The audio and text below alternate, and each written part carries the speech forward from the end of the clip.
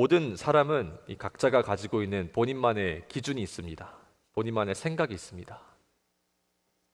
그 각자가 가지고 있는 기준은 그 사람의 경험을 통해 또 삶의 지혜들을 통해 조금씩 조금씩 쌓여 한 사람이 가지고 있는 어떤 고유의 기준이자 또 그 사람의 인생의 크고 작은 결정을 내리는 판단하게 하는 그런 기준이기도 합니다. 그런데 내가 가지고 있는 그 기준, 또 생각, 경험과 전혀 다른 것을 마주하면 우리는 어떻게 합니까? 우리는 일단 멈추고 나의 생각과 나의 기준과 다른 것을 마주하면 그것을 보통은 거부합니다. 나의 생각과 반대되는 것을 마주하는 순간에 상대방이 이러이러한 의도로 이렇게 말하고 이런 일을 요구하는구나라고 이해하고 나아갈 수 있는 사람은 많지 않을 것입니다. 마찬가지로 오늘 본문에 저희가 잘 아는 예수님께서 이 죽은 나사로를 살리는 그러한 놀라운 기적의 이야기가 나옵니다.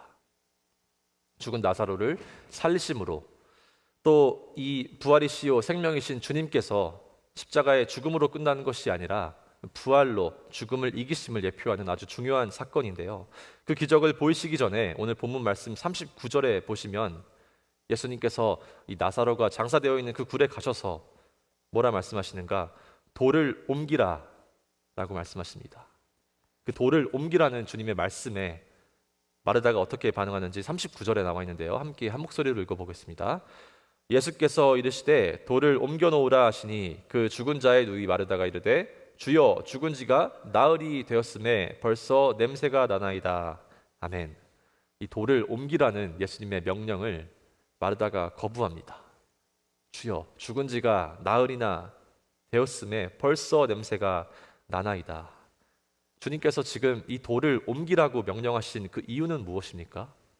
바로 죽은 나사로가 살리실 터인데 그 살아난 나사로가 무덤 밖으로 나와야 되지 않겠습니까? 그 나사로를 위해서 굴을 치우라고 하신 겁니다. 그리고 더 나아가서는 이 죽은 자를 살리시는 이 주님의 권능을 통해 사람들은 하나님의 영광을 보게 됩니다. 즉 주님께서 돌을 옮기라 라고 말씀하신 이유는 결국에는 주님의 영광을 보이시기 위함이었습니다. 그런데 그 주님의 영광이 나타나는 것을 막는 자가 누구입니까? 바로 마르다, 이 마르다의 불순종이라는 것입니다. 물론 마르다가 일부러 하나님의 영광을 막는 것은 아니었겠죠.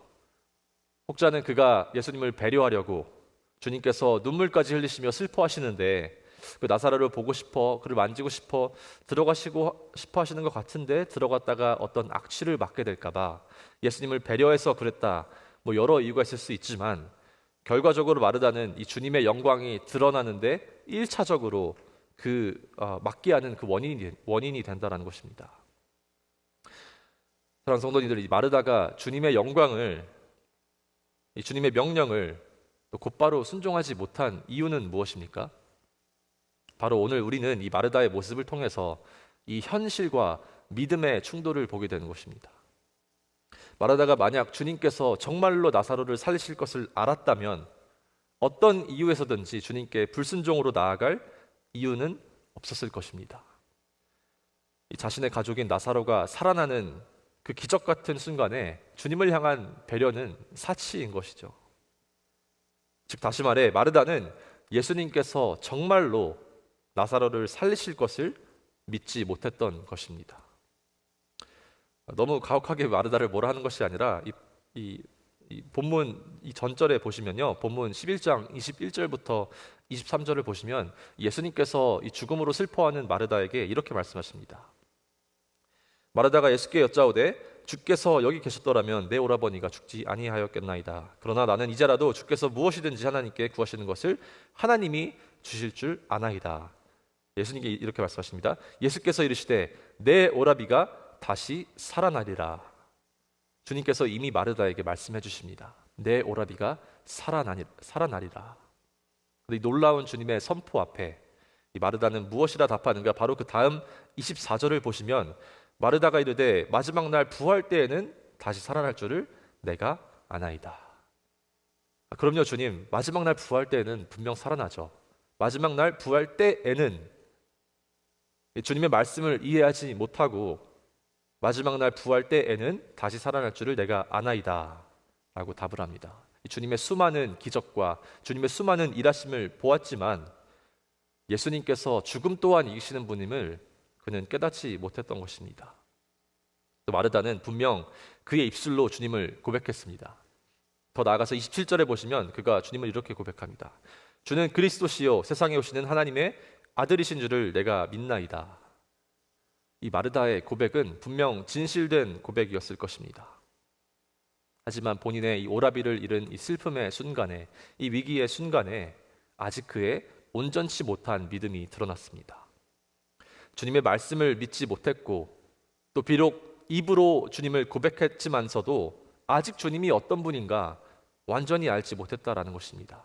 아직 세상에 뿌리가 남아있고 아직 그가 가지고 있는 기준으로는, 그의 경험으로는 죽음을 이기는 것은 불가능했던 것입니다. 사랑하는 성도님들, 우리의 믿음의 고백은 참 귀한 것입니다. 또 우리의 살면서 쌓아온 이 경험들은, 지혜들은 참 소중한 것입니다. 하지만 우리의 고백에는, 또 우리의 이 경험에는 한계가 있다는 것입니다. 완전하지 못하다는 것입니다. 왜 그렇습니까? 아직 우리의 믿음이 세상적일 때가 있습니다. 우리는 하나님을 믿는다라고 고백하지만 여전히 우리의 기준과 여전히 우리의 상식 안에서 하나님을 이해하려 한다라는 것입니다. 그래서 우리의 고백은 진실할 수 있지만 우리의 믿음은 아직 온전치 못할 때가 있다라는 것입니다. 과연 마르다만 그랬을까요? 예수님의 제자들도 마찬가지였습니다. 주님의 바로 옆에서 주님의 모든 말씀과 일하심과 그 기적을 보았지만 막상 이 죽음의 순간이 다가오자 예수님을 어떻게 했습니까? 예수님을 부인하고 버리고 도망갔습니다. 그렇다면 이 마르다의 고백, 또 제자들의 믿음이 과연 가짜였을까요? 저는 가짜라고 생각하지 않습니다. 다만 그 믿음이 온전치 못했던 것이죠. 하지만 주님께서 그 연약한 믿음 또한 온전케 사용하셨습니다. 그들의 믿음이 온전해졌던 순간이 있습니다. 그 순간이 언제였습니까? 바로 그 제자들이 다락방에 모여 있었던 그들에게 주님께서 나타나십니다. 그 죽음을 이기시고 말 그대로 부활이요 생명이신 주님께서 그들을 다시 마주하게 하셨을 때 그 제자들의 믿음은 새로워졌고 그들의 믿음은 담대해졌고 주님을 위해 그들의 삶을 기꺼이 드렸습니다. 그 부활하신 주님이 바로 오늘날 저와 여러분에게도 동일하게 찾아오신다라는 사실입니다. 주님께서 부활하신 후에 이 40여일간 제자들과 시간을 보내시고 하늘로 승천하셨습니다. 하지만 제자들을 그냥 두고 가지 아니하셨죠. 주님께서 바로 보혜사 성령님을 보내사 그 성령님께서 그들과 함께 했다라는 것입니다. 그 성령님께서 제자들에게만 함께한 것이 아니라 오늘 예수님을 구주로 또 주인으로 믿는 저와 여러분에게도 동일하게 함께하고 계십니다. 그 성령님께서 우리의 이 연약한 믿음을 붙드시고 또 우리의 두려움을 담대함으로 바꾸사 우리의 믿음을 더욱 온전하게 하실 줄을 믿는 저와 여러분 되시기를 간절히 소망합니다. 말씀을 맺습니다. 주님께서 말씀하십니다. 돌을 옮겨라. 여러분의 삶 가운데 옮겨야 할 돌은 무엇입니까? 주님께서 분명 우리에게 생각할 수 있는 사고력과 또 판단할 수 있는 판단력을 주셨습니다. 자유의지를 주신 것이죠. 하지만 우리의 생각과 우리의 판단이 주님의 영광을 막는 데 사용된다면 그것이 얼마나 슬픈 일이겠습니까? 우리가 살면서 때때로 이해하지 못하는 주님의 명령과 또 전혀 의미 없어 보이는 이 돌을 옮기라는 명령이 있을 때가 있습니다. 우리 삶 가운데 이해할 수 없는 수많은 것들이 있다라는 것입니다. 나의 경험으로는, 나의 기준으로는 이해할 수 없고 알 수도 없지만 오늘 말씀이 우리에게 알려주시는 것은 무엇인가? 바로 그 돌을 옮겼을 때 하나님의 영광을 보게 된다라고 오늘 성경은 말씀하고 계십니다. 내 입술로는 비록 주님을 찬양하고 고백하지만 내 마음 깊숙한 곳에서는 불가능하다라고 생각했던 것들, 주님이 이것조차는 하실 수 없을 것이다라고 생각하는 것들 있다면 우리 모두 그 온전치 못한 믿음을 내려놓고 오늘 말씀을 통해 보았듯이 죽음을 이기시고 또 부활하신 예수님을 기억하며 또 성령님의 인도하심을 구하며 온전한 믿음으로 주님을 더욱 의지하는 저와 여러분 되시기를 간절히 소망합니다. 기도하겠습니다. 사랑해 주님 감사합니다. 오늘 귀한 말씀을 통해 주님의 그 놀라우신 그 사랑을 보게 하심에 감사합니다.